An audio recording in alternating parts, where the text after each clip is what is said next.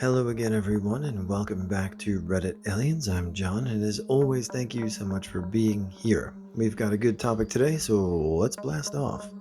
Flight attendants, pilots, or other airline crew. Has there ever been a time in a flight when you were genuinely scared about the flight? And if so, what's your story? Please remember to like, share, and subscribe. My mom was a flight attendant for US Air before I was born, and I know her scary story. She was exhausted at the tail end of a shift that had run longer than it should have because they got paused in Philly for nasty winter weather conditions. They were finally finished getting de-iced and about to start taxiing when one of the passengers called her over and told her that he'd been watching carefully, and he didn't think they de-iced both wings of the plane, just one side. She sort of reassured him that she would go check, but he was probably mistaken.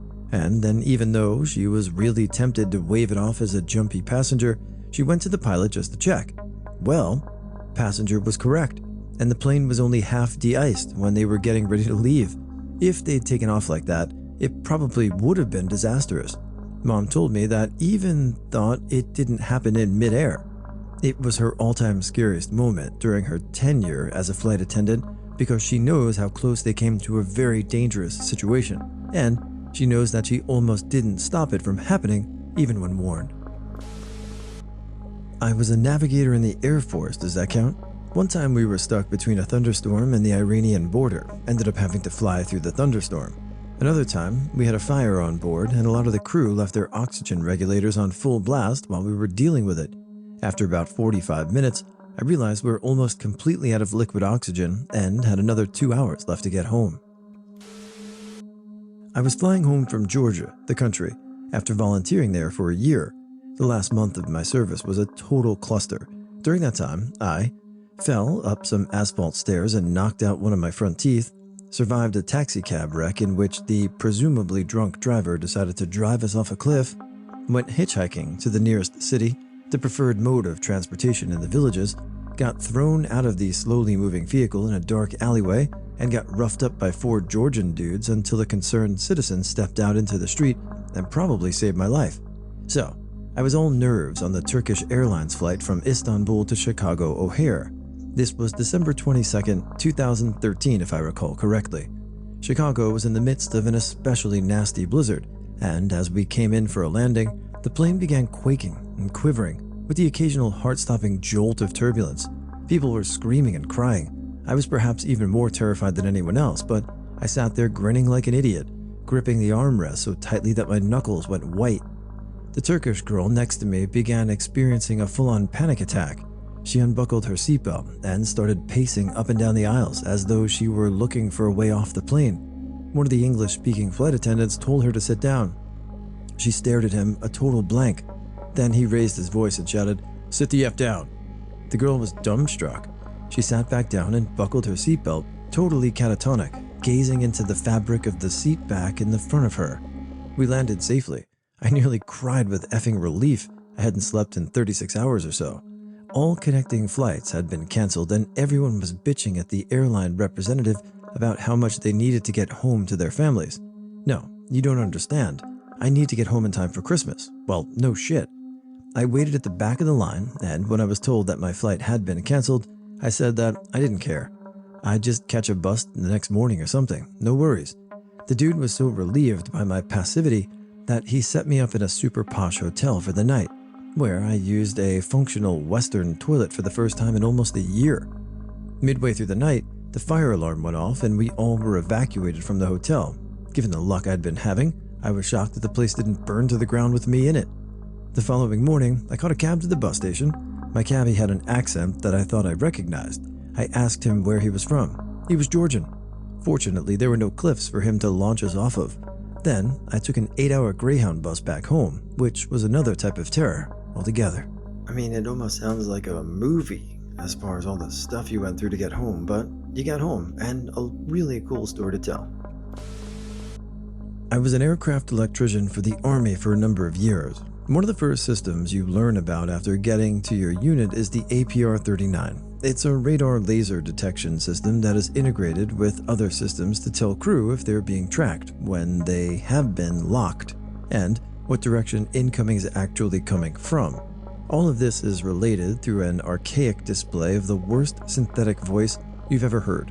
Spent many days troubleshooting this system and never thought much of it, until I deployed for the first time. I volunteered to fly backwall security for the medevac unit that I repaired birds for. My first flight. We were up on pickup from Kandahar to the south of Passab and passing through the mountains, and I can hear that damn voice in my headset. Thought about nothing of it. Even wondered why the crew chief was hanging out of his window looking aft of the bird.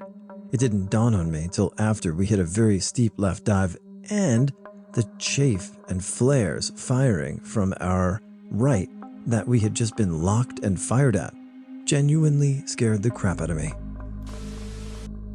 My dad is a captain at American Airlines. Won't tell me his worst flight because he doesn't want to freak me out. Fair. As someone who has flown since before I can even remember, my worst was flying to Indianapolis from Orlando. It was July, so basically that entire corridor was popping with thunderstorms.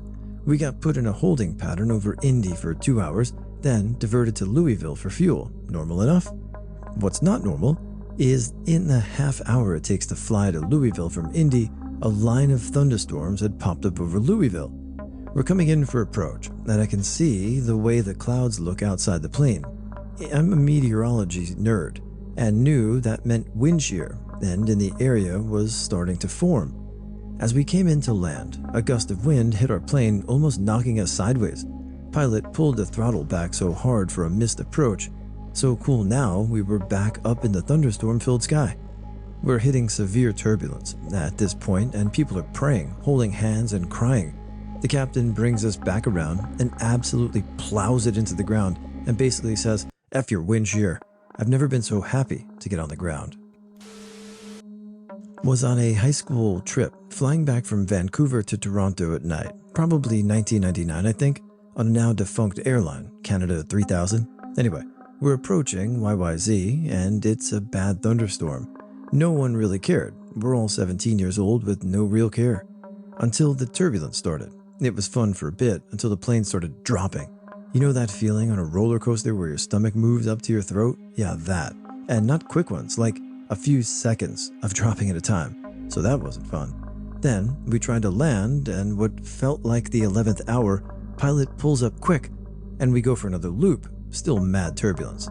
Then we see a giant flash, and someone says our wing got hit by lightning, which, as I understand now, is no big deal. But then the lights in the cabin went out, and all you could see were those lights lining the floor for the exits. I turned around, and one of my teachers, read an adult, was clutching his armrest with his eyes closed. My other buddy beside me was humming the Batman theme song, Tim Burton, not TV show. We were on a music trip, so some donkeys in the back started singing Amazing Grace in 4-part harmony until some other passengers yelled at us, "This isn't an effing joke." One of the flight attendants, who I learned was relatively new, was strapped in crying. Good times all around. Anyways, we made another pass, pulled up last minute again, and the pilot says screw it. And we got diverted to a military field in Trenton, Ontario, 2 hours or so east of the airport. Once on the ground, the pilot seemed pretty chill, and were calming the flight attendant down while she was crushing darts nervously. We were all waiting for a bus to collect my class and drive us back to the airport to meet our parents. My mom got tired of waiting and drove home, so I had to hitch a ride with another kid. Probably the most annoying part of that experience, apart from the impending doom feeling, that is, which only came in hindsight later. I mean, all of this sounds pretty crappy, but your mom left to go home and you... no way, man. Another flight attendant here. My scariest moment was after we got within 700 feet of landing. The pilots whipped the plane back up because of heavy winds and announced that we were diverting to a nearby city in another country. It was a short flight to the other city, and it was bumpy, so I was strapped in. A couple of other flight attendants were standing up shooting the shit though. All of a sudden, the entire cabin went bright white. Specifically, I could tell that the light was entering the plane from the other side around the corner. I couldn't really see behind. The flight attendants nearly jumped all the way to their seats and strapped in. There was one passenger that I locked eyes with at one point. Her and I both made this nervous smile at each other like, let's not die here. We did end up landing all right. It took 4 hours for us to get off the plane because of all the other planes that diverted there. They also told us the next day that we got hit by lightning at least 3 times. They could tell because of little pinpricks that the lightning makes when it hits the plane. By the way, I still feel so much safer in a plane than almost any other mode of transportation. The statistics don't lie. The regulations and redundancy on safety measures is unparalleled. Flying home from Florida to New York, scheduled to land at LaGuardia. Right after takeoff, we could all hear the motor that retracts the landing gear straining, and the landing gear would not retract. When it finally did, everyone seemed relieved, but I was thinking, shit, I hope it comes back down when it's time to land. Lo and behold, about half an hour before landing, the pilot announces that we were being diverted to JFK because of landing gear troubles. We needed a longer runway to stop the plane. So now people are praying and biting their nails. We could hear the motor trying to bring the landing gear down for several minutes before it finally came down at almost the last minute. We land, and the plane isn't slowing down.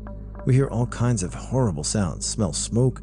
People are now really freaking out. Plane stops after using up almost the whole runway. There were emergency trucks all over the sides of the runway, foamers, etc. Was never so happy to get off of a plane. Hit crazy turbulence in a prop plane flying into Saginaw from Detroit. Plane was all over the air like a roller coaster, up, down, side to side. I swear I thought it was going to barrel roll at one point.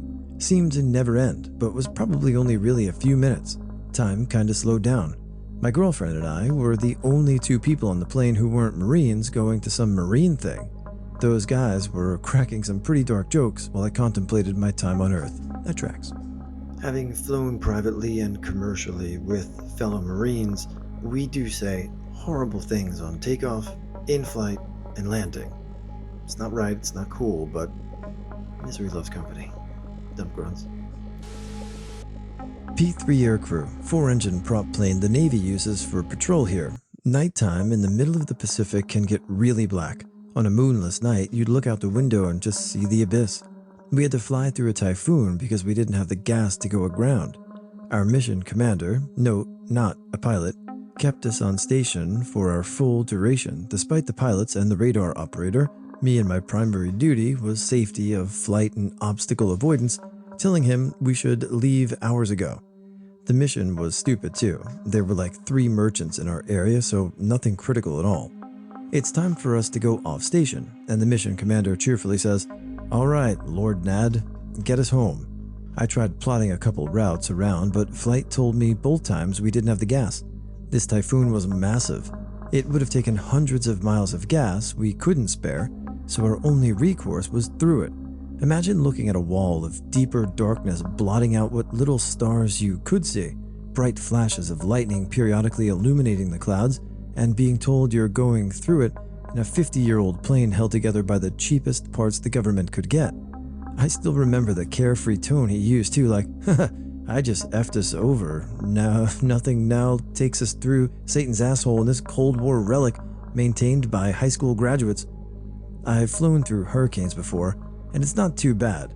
We have radar, so it's generally easy for me to find a path without hitting a cell. Storm cells are dense AF and very bright on our radar. Dangerous too, because of hail and lightning. That typhoon was legit the most stressful shit I ever had a guide flight through. The cells were thick and everywhere. Flight is 100% flying off instruments, so relying on my calls and we're being bounced around. We hit an air pocket and we lost about 500 feet instantly. I flew up out of my seat. My stomach was instantly in my throat as we dropped. You can feel the pilots wrestling with the controls and everyone is asking what the F on comms. We weren't even halfway through it either. I've flown on helicopters in a training squadron for a year where student pilots try their hardest to kill you daily, and this flight still sticks with me over a decade later. Neither the pilots nor myself would talk to the mission commander outside of required duties for the last 2 months of that deployment. F that guy.